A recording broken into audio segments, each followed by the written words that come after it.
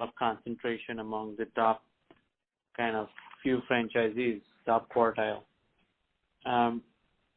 Could you talk a little bit about kind of, if you look at profitability, how does the profitability of the top quartile compare to the bottom quartile or the third quartile?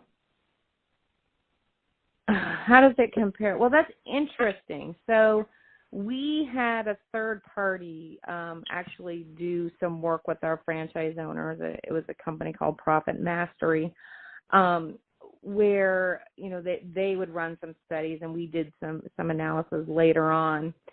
It is interesting because, as I said, profitability with our owners was across the board.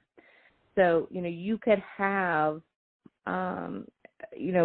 multi-million-dollar operation run a 23% profitability, okay? But those were operations where you had an owner heavily involved, carrying the on-call phone, primarily family working in the office, minimal staff. Then you have, multi-million-dollar owners who are running, 10, 12%. Basically not in the office. They have created a very strong staff who are running the office themselves, and they might, be in there once a month. I have an owner who, basically travels the world, or, did have an owner who travels the world and really, just generates money or revenue from his business. I had offices running $600,000 that, they were pulling 20, 30% profit too, because they were just an individual office with themselves. So it's really hard to say what is the exact. They were all so different. In other words, what you're saying is that the size of the revenue may not necessarily correlate to profit pool, right? In terms of margins. Exactly. Percentage margins.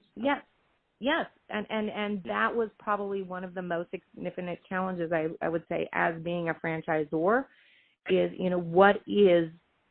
what should be the typical or average. We could look at an individual owner and say, okay, or individual office and say, this is where we think you should be. We had some guidelines as far as how much overhead should be as far as the percentage of your revenue and so forth. But it was kind of all over the place depending on how heavily involved the owner wanted to be in really the running of the organization. And they tended to be more profitable when the owner was running it, but So you all had franchisee conventions, I presume, right? Yes, every year. What was the participation rate like at these conventions, and was it required to attend?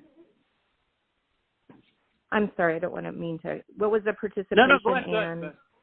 Go ahead. I would say, so we would have a huge annual conference every year. We would run typically between 70 and 80%, kind of depending on what was going on.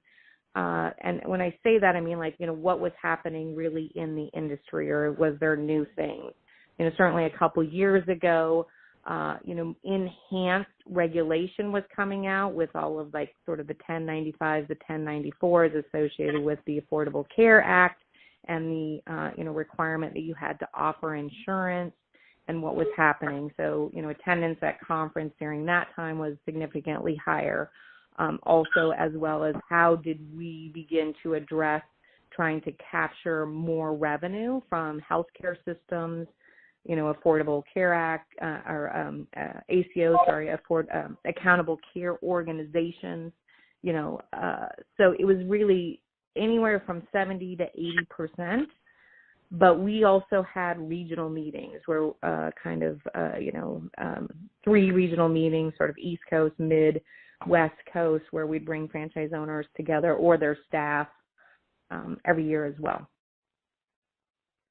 Yep.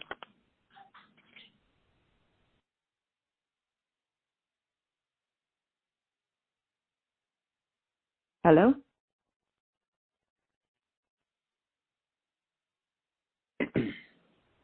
Did I lose you guys?